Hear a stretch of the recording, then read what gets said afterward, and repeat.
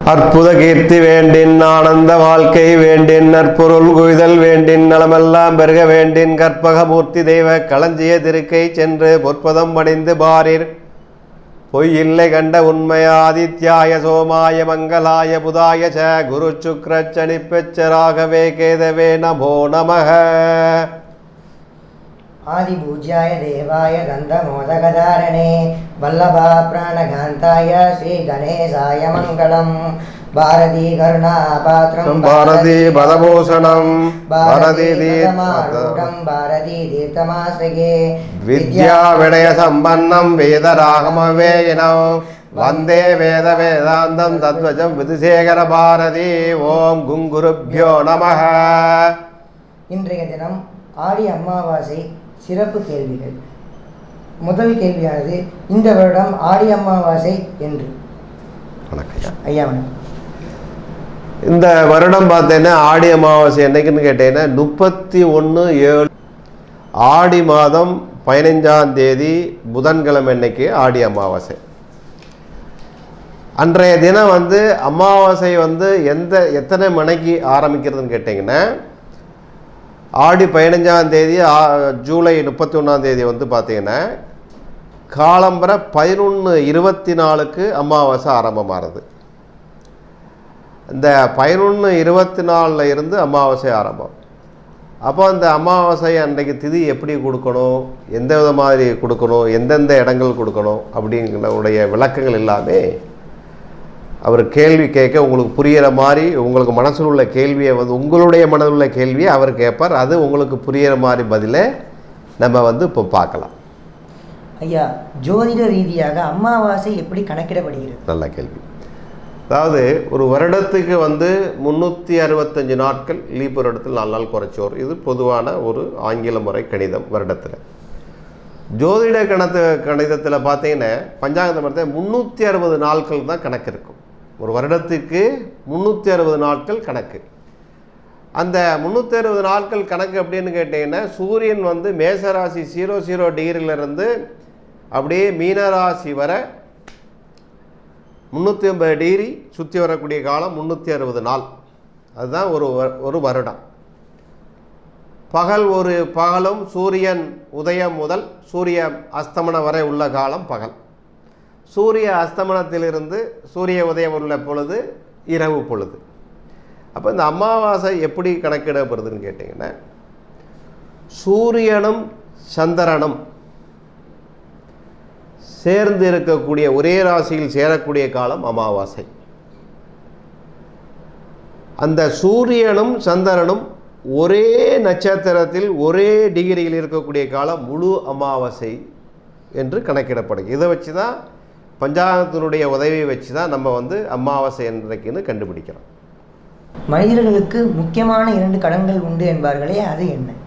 நீங்கள் கேட்ட மாதிரி மனிதனாய் பிறந்தவர்களுக்கு 2 முக்கியமான கடன்கள் உண்டு.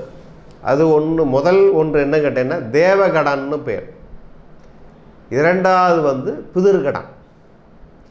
இந்த தேவகடன் பிதிர்கடன் அப்படின்னு 2ஆக பிரித்து பார்க்கும்போது, தேவகடன் அப்படின்னா இறைவனுக்கு நாம் செய்யக்கூடிய பணிகள், இறை வழிபாடு, இது தேவகடன்.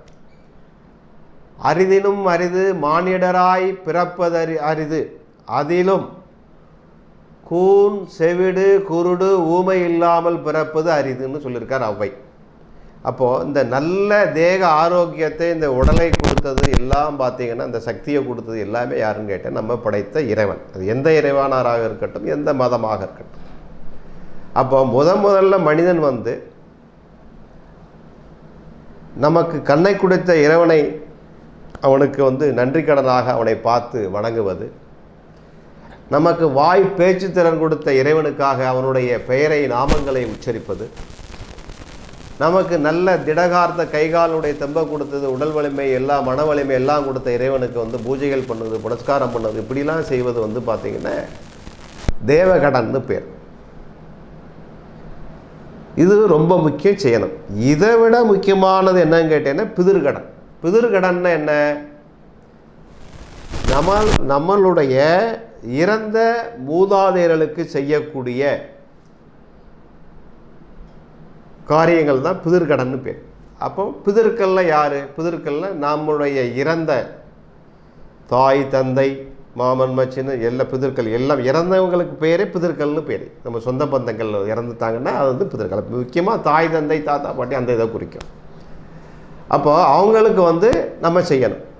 பிதிர்கடன் எப்போ செய்யலாம்? தேவகடன் வந்து டெய்லி செய்யணும், ஒவ்வொரு நிமிடம் செய்யலாம், 24 மணி நேரம் செய்யலாம். ஆனால் பிதிர்கடன்கள் வந்து எப்போ செய்யணும் அப்படின்னு கேட்டிங்கன்னா, வருடத்தில் சிலருக்கு வந்து குறிப்பிட்ட நாட்கள் உண்டு. ஆனால் பொதுவாக எல்லாருக்கும் பார்க்கும்போது பிதிர்கடன்கள் இறந்தவங்களுக்கு செய்யக்கூடிய கடன்கள் வந்து திதி மூலமும் தர்ப்பணம் மூலம் செய்கிறது.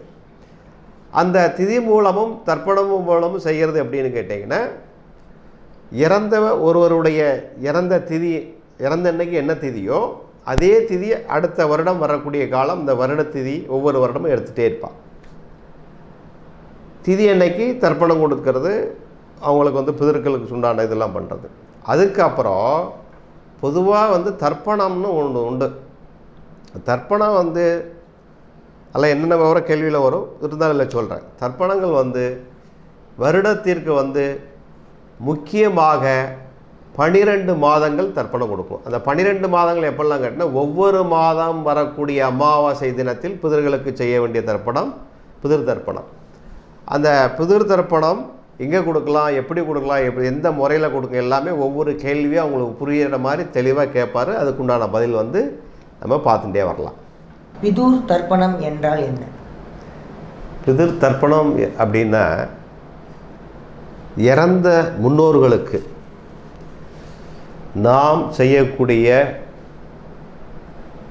தர்ப்பணம் பிதிர் தர்ப்பணம் சொல்லி முடிக்கலாம். அதனுடைய விளக்கம் என்னன்னு கேட்டீங்கன்னா, இறந்தவங்களுக்கு வந்து நீர் மற்றும் எல்லால் மனதார மந்திரபூர்வமாக கொடுக்கக்கூடியது பிதிர் தர்ப்பணம்.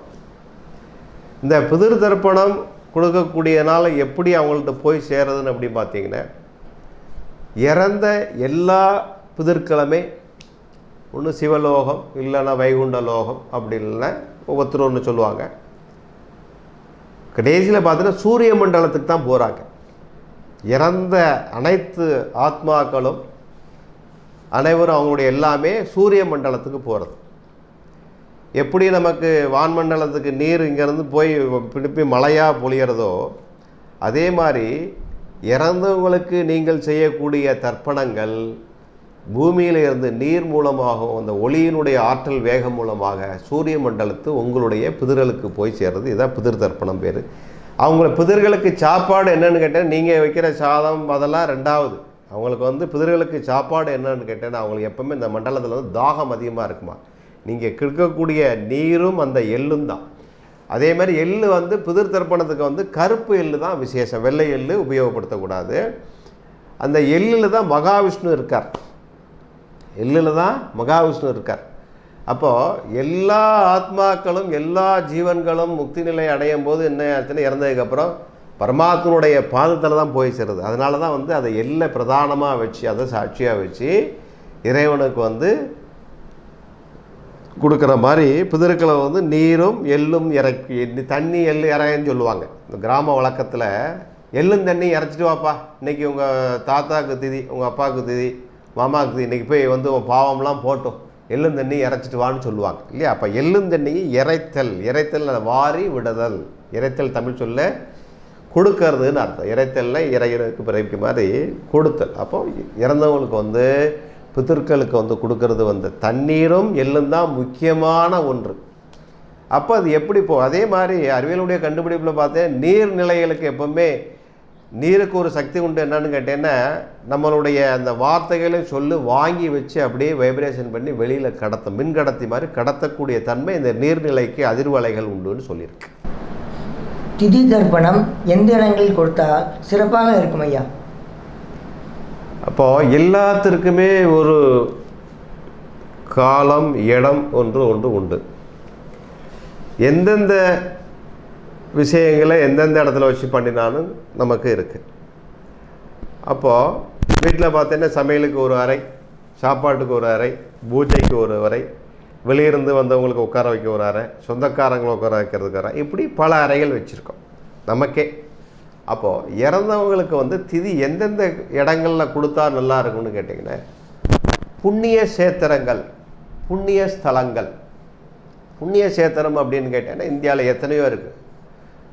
புண்ணிய நதிகள், புண்ணியமான கடல்கள், இந்த மாதிரி இடங்கள்லாம் திதி தர்ப்பணம் கொடுக்கலாம். ராமேஸ்வரம், திருச்செந்தூர், சங்கரங்கோயில், தாமிரபரணி, சென்னையில் இருக்கக்கூடிய முக்கியமான மயிலாப்பூர், இந்த மாதிரி முக்கியமான புண்ணிய ஸ்தலங்கள், விஷ்ணு தலங்கள், சிவஸ்தலங்கள், இந்த மாதிரி இடங்களில் வந்து கொடுக்கறதுனுடைய பலன் வந்து அதிகமாக இருக்கும். முடியாதவங்க, ரொம்ப வயசானவங்க, ஒரு 70 வயசு ஆச்சு, இல்லைன்னா நடக்க முடியல, வெளியில் போக முடியாதவங்க வந்து வீட்டில் வச்சு இறந்தவங்களுக்கு வந்து தர்ப்பணங்கள், பிதிர் தர்ப்பணங்கள் செய்யலாம். அப்போ அதுக்கு தக்கன வீடை வந்து கொஞ்சம் சுத்தமாக வச்சு கொடுக்கறது ரொம்ப விசேஷமான. முடியாதவர்கள் மட்டும்தான் வீட்டில் வச்சு செய்யலாம். மற்ற எல்லாரும் முக்கியமான நதி தீரம், புண்ணிய ஸ்தலம், ஏரி, ஆறு, குளம் மற்றும் கடல், நல்ல புண்ணிய கடலாக இருந்தால் அந்த இடத்துல கோயில் இருக்கணும். கோயில் இருக்கக்கூடிய கடல் சார்ந்த பகுதி, இந்த மாதிரி இடங்களில் வச்சு பிதர்களுக்கு தர்ப்பணம் செய்கிறது அவங்களுக்கு வந்து முழு திருப்தி ஏற்படும். பிதுர்லோகத்தில் இறந்தவர்களுக்கு பதவி உண்டாயா? கண்டிப்பாக. அதாவது மனிதன் வந்து வாழக்கூடிய காலத்தில் ஒவ்வொரு பதவி ஆசை இல்லாத மனிதர்களே கிடையாது. ஒவ்வொருத்தருக்கும் ஒரு பதவி இருக்குது. குடும்பத்தில் ஒரு ஆணுக்கு எடுத்தால் அப்பான்னு ஒரு பதவி, கணவன் ஒரு பதவி, தாத்தான்னு ஒரு பதவி. பெண்களுக்கு அதேமாரி மனைவின்னு ஒரு பதவி, அம்மா என்ற ஒரு பதவி, அத்தை, சித்தி, மாமா, பாட்டி, இப்படி ஒவ்வொருத்தருக்கும் ஒரே மனிதனுக்கு பலவிதமான பதவிகள் இருக்குது வீட்டில். அதுக்கப்புறம் போய் பார்த்தாச்சுன்னா வேலைக்கு போகும்போது அங்கே ஒரு பதவி, இவர் வந்து ஆப்ரேட்டர், இவர் மேனேஜர், இவர் சிஇஓ, இப்படி பல பதவிகள். இதே மாதிரி மனித வாழ்க்கையில் இருக்கிற மாதிரியும் ஒரு மனிதன் இறந்ததுக்கு அப்புறமும் அவங்களுக்கு பதவி உண்டு. என்ன பதவி வச்சிருக்கு அப்படின்னு கேட்டால் சாஸ்திரத்தில் வந்து வசு, ருத்ரன், ஆதித்யன். இப்போ உதாரணமாக எங்கள் அப்பா இல்லை, அவருக்கு என்ன பதவி அப்படின்னு கேட்டிங்கன்னா, அவருக்கு பிதுர்லோகத்தில் சூரிய மண்டலத்தில் வசுரூபம்னு ஒரு பதவி. எங்கள் அப்பாவோட அப்பா, அதாவது எனக்கு தாத்தா, அவருக்கு என்ன பதவி ஆயிருக்கு இறந்ததுக்கப்புறம்? ருத்ரன் ஒரு பதவி, சிவனடியார். எங்கள் அப்பாவோட தாத்தா, அதாவது எனக்கு கொள்ளு தாத்தா வைங்களேன், அவருக்கு என்ன பதவி? ஆதித்யன்னு ஒரு பதவி சிவலோகத்தில்.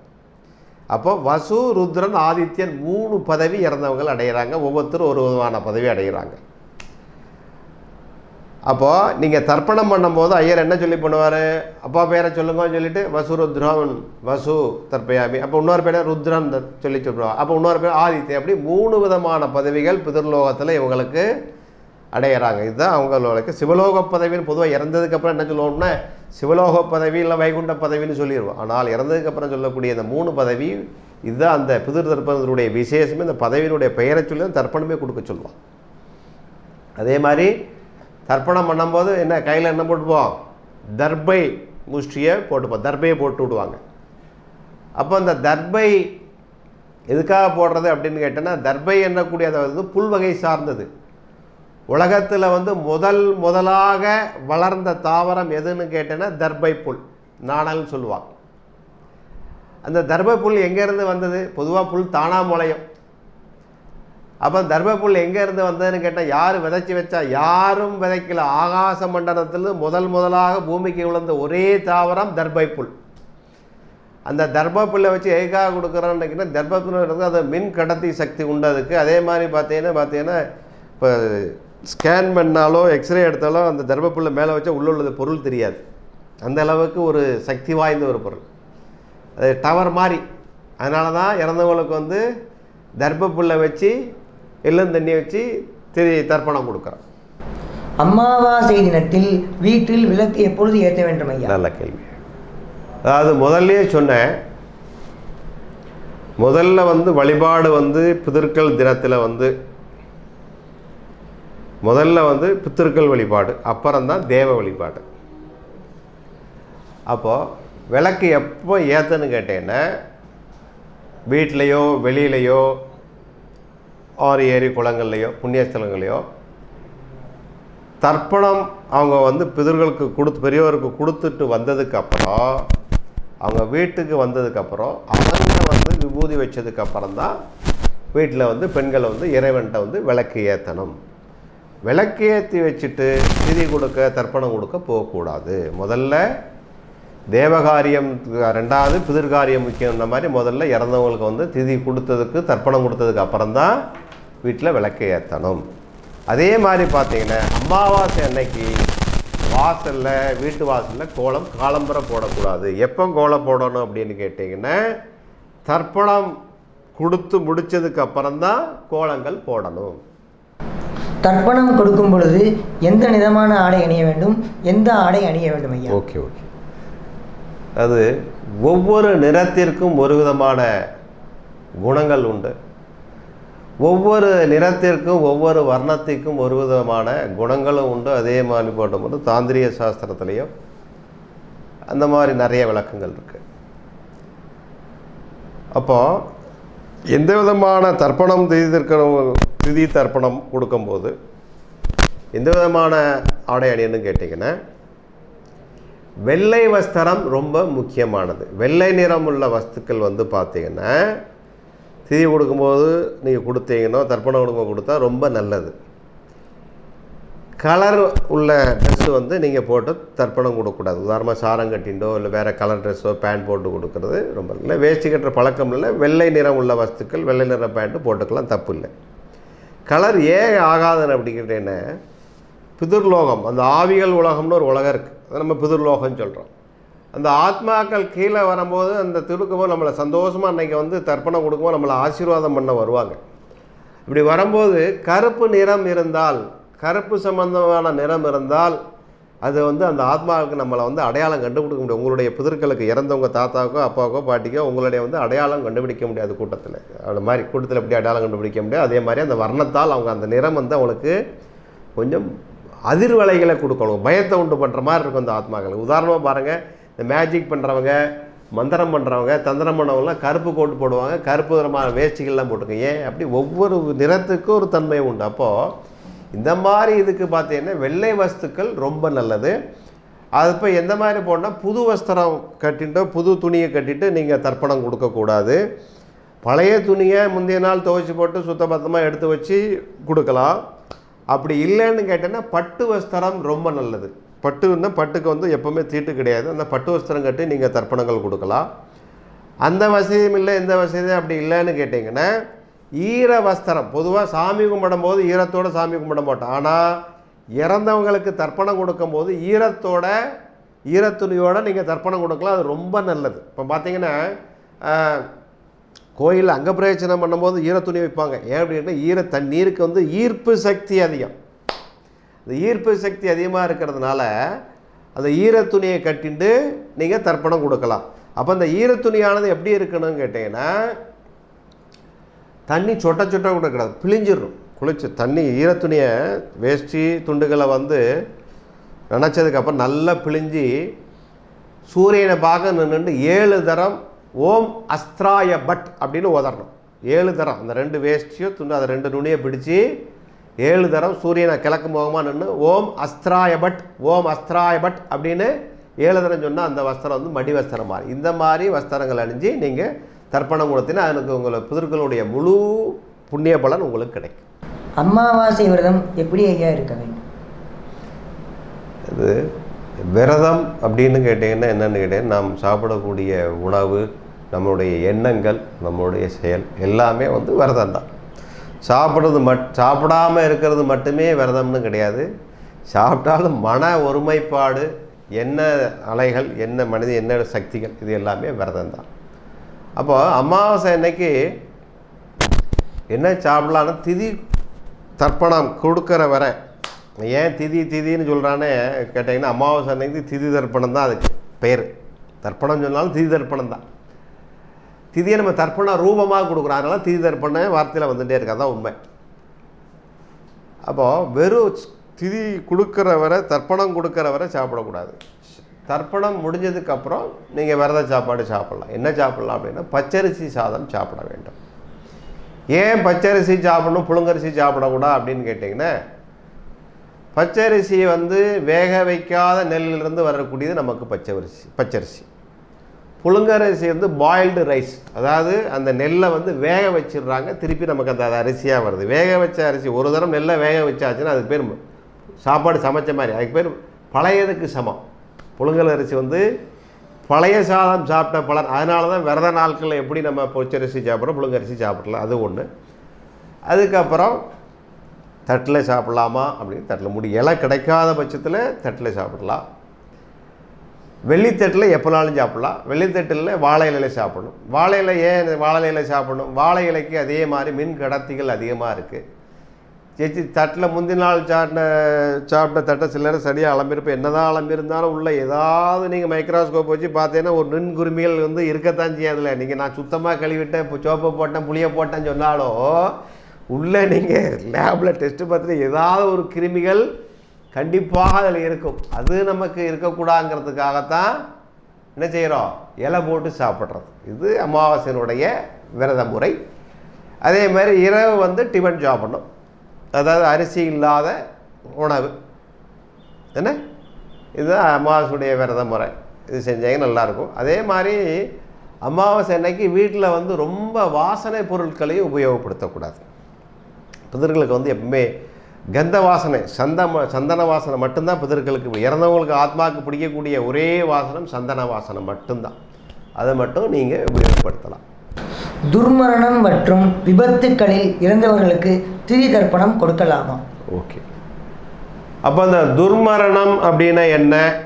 துர்மரணம் மற்றும் விபத்தில் இறக்கக்கூடியன்னு கேட்டேன்னா, துர்மரணம்னா அகால மரணம்னு சொல்லுவோம். அகால மரணம்னா சிலர் வந்து பார்த்தீங்கன்னா தூக்கு போட்டு இறங்குறது, நெருப்பிட்டு இறக்கிறது, தண்ணீரில் வந்து இறங்கிறது, விஷம் குடித்து இறக்கிறது, பாம்பு கடித்து இறக்கிறது, ஆயுதங்களால் இறப்பு, வாகன விபத்துக்களால் இறப்பு.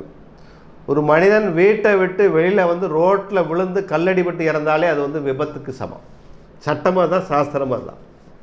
ஒரு மனிதனுடைய நல்ல இறப்பு வீட்டுக்குள்ளே இறந்தால் தான் இறப்பு. வெளியில் வந்து ரோட்டில் வந்து இறந்தாலும் அது அப்படி தான். போஸ்ட்மார்ட்டம் பண்ணி நல்ல எந்த ஆத்மா இருந்தும் பாருங்கள், ரோட்டில் வந்து விழுந்து வீட்டு வாசல்லே வீட்டுக்கு வெளியே வந்து விழுந்து செத்து போனால் போஸ்ட்மார்ட்டம் பண்ணிடுவான். அதனால தான் சாஸ்திரத்தை இப்போ துர்மரணம்னு வச்சுருக்கா, சட்டத்திலே அப்படி தான் வச்சுருக்கு. அப்போது இந்த துர்மரணம் அடைந்த ஆத்மாக்களுக்கு திதி கிடையாது, தர்ப்பணமும் கிடையாது.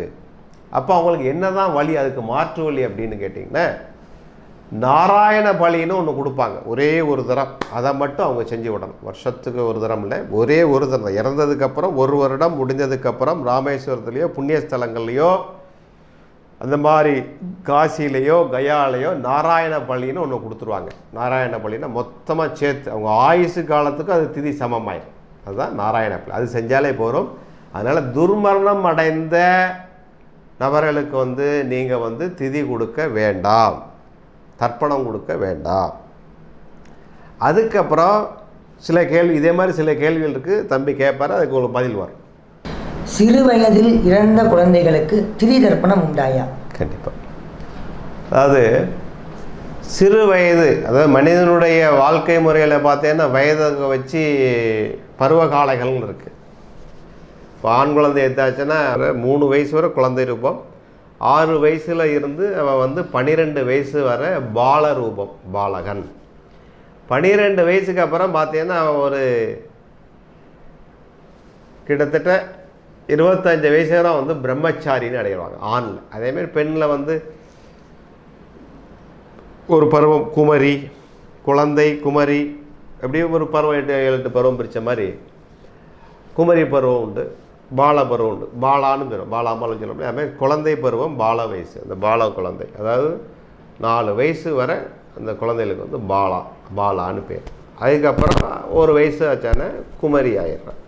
அதுக்கு ருதுவாயிட்டுனா அது ஒரு பெயர், ஒரு பருவம், இப்படி இருக்குது. அப்போது சிறு வயதுன்னு என்ன, 6 வயசுக்கு உட்பட்ட ஆண் குழந்தையாகட்டும் பெண் குழந்தையாகட்டும் இறந்ததுன்னா அந்த குழந்தைகளுக்கு திதி கொடுக்கவோ தர்ப்பணம் கொடுக்கவோ எதுவுமே தேவையில்லை. அதைத்தான் நம்மளால் என்ன பண்ணால் கன்னியாக வச்சு கும்பிட்டாங்க. வீட்டில் கன்னி வச்சு கும்பிடுறது பழக்கம் உண்டு இல்லையா? சிலர் வந்து ஆடியில் கும்பிடுவாங்க, சிலர் வந்து தையில் கும்பிடுவாங்க. கன்னி தெய்வத்துக்கு ஒப்பான, குழந்தையிலே பொதுவாக தெய்வத்துக்கு ஒப்பானது, தெய்வத்துக்கு ஒப்பான நிலையாக வச்சு கன்னியாகவும் வச்சு கும்பிட்ட பழக்கம் நம்ம தமிழ்நாட்டில் கண்டிப்பாக இருக்குது. எல்லா நாட்டிலையும் இருந்தாலும் தமிழ்நாட்டில் அதிகமாக இருக்குது. அதேமாதிரி இறந்த சிறு குழந்தைகளுக்கு தர்ப்பணம் கொடுக்கக்கூடாது, கன்னியாக வச்சு கும்பிடலாம். இந்த முறை தான் உண்டு.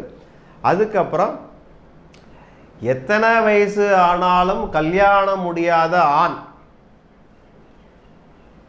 எத்தனை வயசாக கல்யாணம் முடியாட்டா அவர் பேர் பிரம்மச்சாரின்னு தான் பேர், ஒத்த கட்டம்பா. அது மாதிரி பிரம்மச்சாரி, பிரம்மச்சாரிக்கு வந்து பார்த்திங்கன்னா தர்ப்பணம் கிடையாது. இவங்களுக்கெல்லாம் தர்ப்பணம் உண்டு. எப்போ அப்படின்னு கேட்டிங்கன்னா மாலையபட்சம்னு வரும், புரட்டாசி மாதம் வரக்கூடிய மாலையபட்சத்தில் தர்ப்பணம் கொடுக்கும். இந்த ஆடி அமாவாசை தர்ப்பணத்தில் அவங்க இதுக்கு கிடையாது, பிரம்மச்சாரிக்கு கிடையாது. அமாவாசை தினத்தில் வாழைக்காய் ஏன் சாப்பிட வேண்டும் ஐயா? ஓகே, அது அமாவாசை தினத்தில் பார்த்தீங்கன்னா சூரியனும் சந்திரனும் ஒரே ராசியில் இருந்து நமக்கு பூமிக்கு பக்கத்தில் வந்துடும். நம்ம பக்கத்தில் வான்மண்டலத்தில் இருந்து நமக்கு பூமிக்கு பக்கத்தில் வந்துடும். நமக்கு பூமிக்கு பக்கத்தில் அந்த சூரியனும் சந்திரனும் வரக்கூடிய காலங்கள்னா நம்மளுடைய இரத்த ஓட்டங்கள் எல்லாமே ஒரு மாற்றங்கள் உண்டு. இரத்த ஓட்டம் அமாவாசை அன்னைக்கு தான், பௌர்ணமி அன்னைக்கு அதிகமாகும். அதனால தான் அந்த அமாவாசை பௌர்ணமி அன்னைக்கு கடலுடைய சீற்றங்கள் ஜாஸ்தியாக இருக்கு இல்லையா. மனிதன் அன்னைக்கு தான் சிலருக்கு ஏதாவது கொஞ்சம் ஒரு மாதிரி பேச அமாவாசை நட்டு கலந்துட்டாங்க கேட்பாங்க கிராமங்களில். அந்த அமாவாசை பௌர்ணமி சிலருக்கு நட்டு கலந்துட்டுன்னா கொஞ்சம் பேச்சு ஜாஸ்தியாக, இரத்த ஓட்டம் ஜாஸ்தியாக இருக்கும். அந்த இரத்த ஓட்டங்கள் அதிகமாக இருக்கும்போது நம்ம ஜீரண உறுப்புகளும் சரியாக வேலை செய்யாது. அப்போது மற்ற காய்கறிகள்லாம் சேட்டை பண்ணும் வயிற்றுக்கு. அந்த எல்லா இதுவும் பார்த்தீங்கன்னா எப்படி நாத்தங்காய் எல்லாத்தையும் செரிமானம் பண்ணிடுமோ, இந்த வாழைக்காயை வந்து நமக்கு வந்து உடலில் உடல் உபாதை இருக்கக்கூடிய எல்லா ஜீரண உறுப்புகளையும் வேலை செஞ்சு நல்ல சக்தியை கொடுக்கும். இப்போ வந்து எல்லா பழங்கள்லேயும் நீங்கள் வாழைப்பழம் சாப்பிட்டு பாருங்கள், உடனே எனர்ஜி கிடைக்கும்.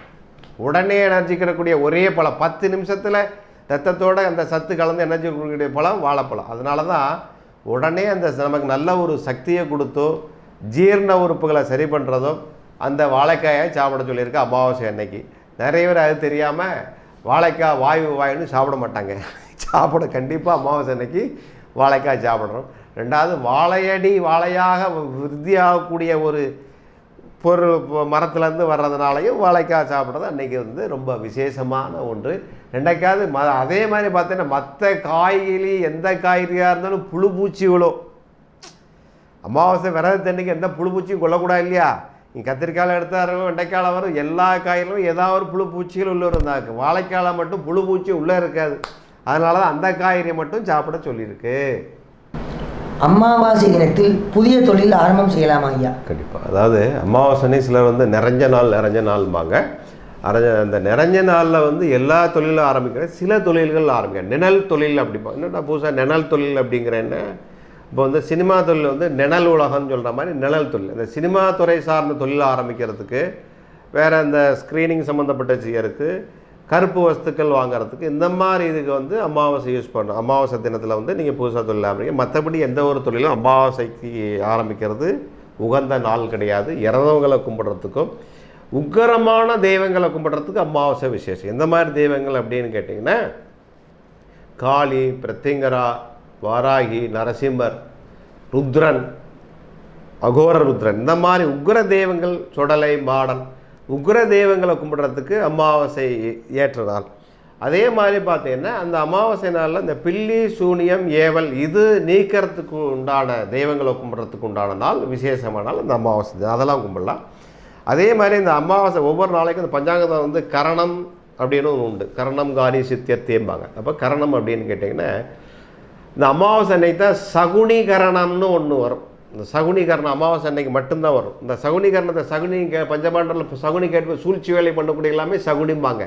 சூதாட்டத்தில் ஜெயிக்கணும் சகுனி கரணத்தில் நீங்கள் கேம்லிங் சூது விளாண்டாலோ, ரேஸ் போனாலோ, விளாடிச்சிட்டு இருந்தாலும் அந்த சகுனி கரணத்தில் வந்து திட்டம் தீட்டுதல், அடுத்தால கவுக்கிறதுக்கு, இல்லை நம்மளுடைய முன்னேற்றத்துக்காக சில வேலை நல்ல வேலை செய்யறது அந்த சகுனி கரணத்தில் திட்டங்கள் பிளானிங் பண்ணுறதுக்கு உகந்த நாள்.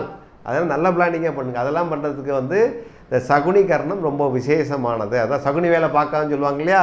சகுனி வேலை பார்க்கான இந்த சகுனி கரணம் வந்து அமாவாசை அன்னைக்கு மட்டும்தான். பஞ்சாங்கத்தில் பாருங்க, கேலண்டர் பாருங்க, அன்றைக்கி கரணம் சகுனின்னு போட்டிருப்பாங்க. அதே மாதிரி சகுனி கரணம் வரும், நாகவ கரணம், 2 கரணம் வரும். இந்த நாகவ கரணம்னா பாம்புன்னு, பாம்பு என்னது விஷம். பாம்பு வந்து பாதுகாப்பும் செய்யும், எதுக்கும் செய்யும், நன்மையும் செய்யும், தீமையும் செய்யும். அது மாதிரி 2க்கும் பிரயோஜனப்படுறதுக்கு வந்து இந்த அமாவாசை திதி அன்றைய இரவு அமையும். அதனால தான் அமாவாசை அன்னைக்கு பொதுவாக மற்ற காரியங்களை செய்யாத அப்படின்னு சொல்லுவாங்க. அதே மாதிரி பார்த்தீங்கன்னா இன்றைக்கி வந்து பார்த்தீங்கன்னா இந்த நிகழ்ச்சியில் வந்து நம்ம வந்து ஆடி அமாவாசையினுடைய தாத்பரியம் அதனுடைய சந்தேக விளக்கங்களை வந்து மக்களுக்கு கொடுத்தோம். இந்த நிகழ்ச்சியில் உள்ள சந்தேகமான கேள்விகளை வந்து இந்த நம்பர் இருக்கும், அந்த நம்பரில் வந்து கேட்டுக்கலாம். இலவசம், பதில் அனைத்துமே இலவசம் தான். இந்த ஆடி அமாவாசை சம்மந்தப்பட்டதுக்கு மட்டும், மற்றதை கேட்க அது சம்மந்தப்பட்ட கேள்விகள் எல்லாமே இலவசம் தான். நீங்கள் எப்போனாலும் ஃபோனில் கேட்கலாம் ஒரு 2 நாளைக்கு. இந்த நிகழ்ச்சியை உங்களுக்காக வழங்கிய மயூரி டிவி நிறுவனத்தாருக்கும் மற்றும் மயிலோசை யூடியூப் சேனலுக்கும் நன்றி, வணக்கம். உள்ளூர் செய்திகளை உங்களுக்கு தொடர்ந்து வழங்க எங்கள் சேனலை சப்ஸ்கிரைப் செய்யுங்கள்.